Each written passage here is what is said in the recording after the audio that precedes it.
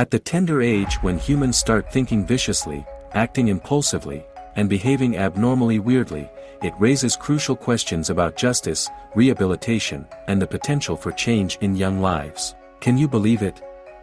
Teenagers, some not even old enough to vote, facing sentences that will last their entire lives. Let's begin with the chilling countdown of the top 10 longest life sentences given to teens in 2023. Lionel Tate, a 13-year-old boy, playing with a 6-year-old girl, ends up killing her with bruises all over her body in Broward County, Florida. Lionel Tate's life took an unimaginable turn when he found himself facing a first-degree murder conviction in 1999. He was the youngest American citizen ever to receive the sentence, which was eventually overturned. The incident took place when Lionel's mother, Kathleen Grass, was babysitting Tiffany Eunuch, and Tate started playing with the kid, imitating wrestling moves. Less than an hour later, Lionel told his mother that Tiffany wasn't breathing. He said her head hit a table when he got her in a headlock. Lionel struck her with so much force that her liver was lacerated. A bruised neck, feet, and legs, a fractured rib and skull, and a swollen brain highlighted the severity of her injuries, and she succumbed to death. He was sentenced to life in prison without parole. This incident triggered extensive debate about the ethical implications of trying a minor as an adult and subsequently sentencing them to life in prison.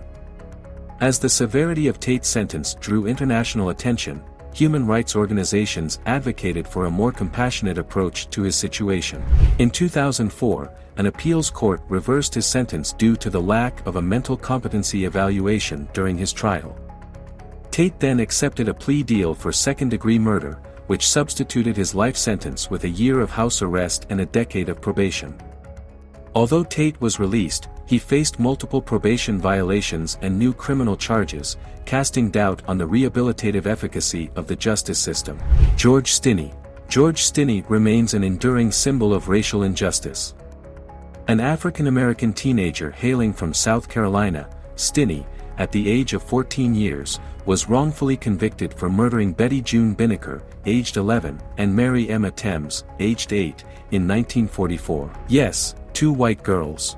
The girls were found in a ditch with head injuries. However, without any solid proof linking Stinney to the murders, local law enforcement arrested him. He was found guilty, given the death penalty, and put to death by electric chair. That's how he became the youngest American to be sentenced to death and executed in the 20th century. Though he confessed to the crime under pressure, he later rejected it, declaring himself innocent. After re-examination and judicial review were sought by individuals from the Northeastern University School of Law, George's conviction was vacated in 2014. South Carolina court declared he didn't receive a fair trial and was wrongly executed. For 70 years, George was blamed for crimes he never committed. It was too late for him to get back to his normal life, and he became the most infamous face in the annals of American justice. John Silva. The boundaries of crimes committed by teens were pushed when John Silva, a 15-year-old boy, was convicted of first-degree murder. In 2001, John kidnapped and gagged his friend, Jerry Lee, to death. This 12-year-old Jerry was found in an abandoned septic tank with his hands wrapped with wires and an electric cord around his throat so tight that he suffocated to death. Not just that, with Jerry's body and bicycle, investigators found a note that somehow appeared to be a to-do list before putting him to death, including stripping Jerry to his underwear, tying his hands, gagging him, and covering his eyes. After the conviction and subsequent execution, John confessed his crime and was found to be guilty. If he had been an adult, he would surely have received the death penalty, but John received a life sentence without parole.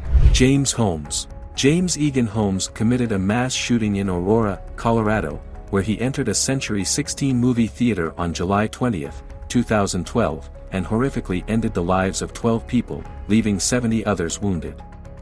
It's just heart-wrenching to think about.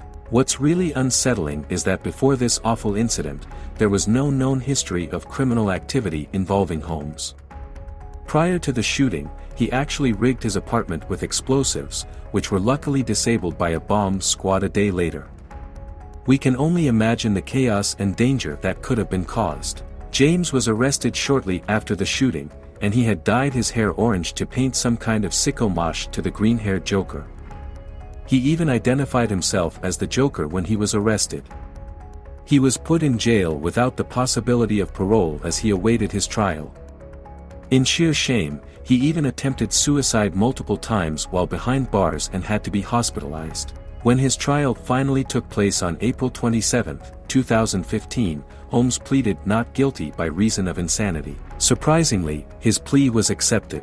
On August 26, 2015, the judge presiding over the case, Judge Carlos A. Samar, made a decision. Instead of receiving the death penalty, Holmes was given 12 consecutive life sentences plus a whopping 3,318 years without the possibility of parole. Judge Samar made it absolutely clear that Holmes would never be allowed back into society. It's just a haunting reminder of how some individuals can commit such terrible acts and the profound impact they have on everyone involved. Brian Draper and Tori Adamczyk. Back in 2006, there were these two 16-year-old boys, Brian and Tori, who were just 16 years old, like Cassie Jo Stoddard. They were classmates with Cassie, but they had some really messed up ideas in their heads. On a night when Cassie was looking after her aunt and uncle's house, she invited her boyfriend, Matt, to come over. Matt brought his friend Tori Adamczyk, who brought along Brian Draper. Everything seemed normal at first, they all hung out for a while. But then things took a dark turn.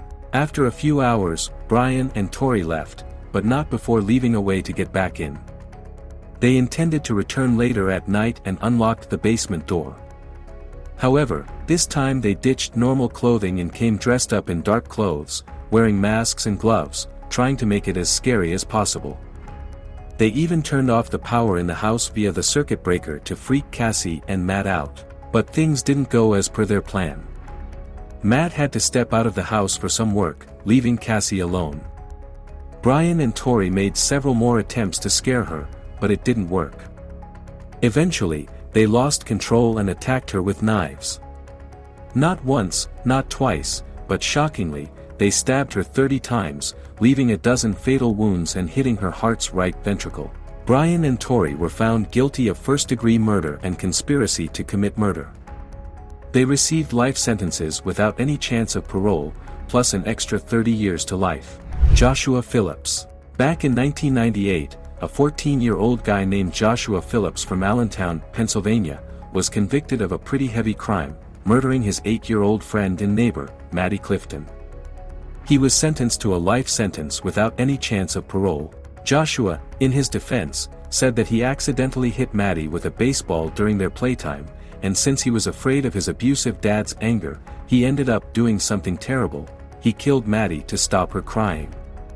Joshua, though he was just 14 at the time, was daring enough to drag her body to his room, strangle her with a phone cord for 15 minutes, hit her again with a bat, and finish the job by stabbing her 11 times.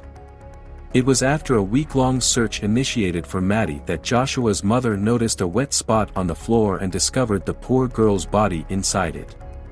It wasn't a child's brain, for sure, who chose to sleep on her corpse for the rest of his life. Some people thought his story had holes, but they also felt his punishment was super harsh. That's why, Joshua might get a shot at a new sentence in 2023. During the trial, they treated him like an adult, which seems kind of weird for a 14-year-old, right? What's even more surprising is that his lawyer didn't call any witnesses to support his case. Instead, they decided to spill the beans during the closing statement. While he was locked up, Joshua got his GED and even took college classes by correspondence. Now, he's working as a paralegal in prison, helping fellow inmates who are trying to appeal their cases. Quite the turnaround, huh? Ashley Martinson. Next up we have a crime story of Ashley Martinson, a 16-year-old living with her family. Her stepdad, Thomas Tony Ayers, had a history of troubling behavior which included domestic abuse, sexual assault, and even kidnapping, just to name a few. Ashley had this blog called Nightmare, where she wrote about some seriously dark stuff like murder. Fast forward to 2015, tensions rose when she started dating a 22-year-old guy at just 16. It was followed by a series of arguments with her mother and stepdad. Then the unimaginable happened. Ashley, now 17, used a shotgun to kill her stepdad and stabbed her mother with a knife to end her life. She locked her younger siblings away with food. It is hard to believe that a girl could make to this list for brutally murdering her parents. As an aftermath, Ashley faced charges as an adult but later took a plea deal for second-degree murder. She's currently serving a 23-year sentence with 17 years of supervision. Eddie Devine. Eddie Devine was 17 years old when he pleaded guilty to 3 counts of armed robbery, 3 counts of kidnapping, 2 counts of armed carjacking, and 2 counts of sexual battery. They forced a woman into their car and drove her around while one of them sexually assaulted and beat her with an ice bag. This is when he and his friend Remy Harvey's brutality reached new heights. Fortunately, the woman managed to flee while they stopped for gas. Eddie received a total sentence of 120 years, comprising 30 years for carjacking, 30 years for armed robbery, another 30 for kidnapping, and another 30 for sexual assault. Kenneth Young.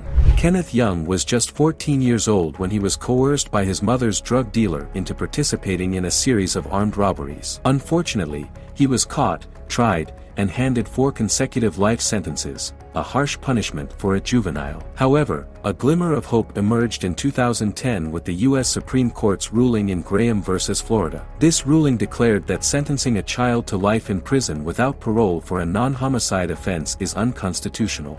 Nicholas Cruz. Back in 2018, there was a terrible incident at a high school in Florida.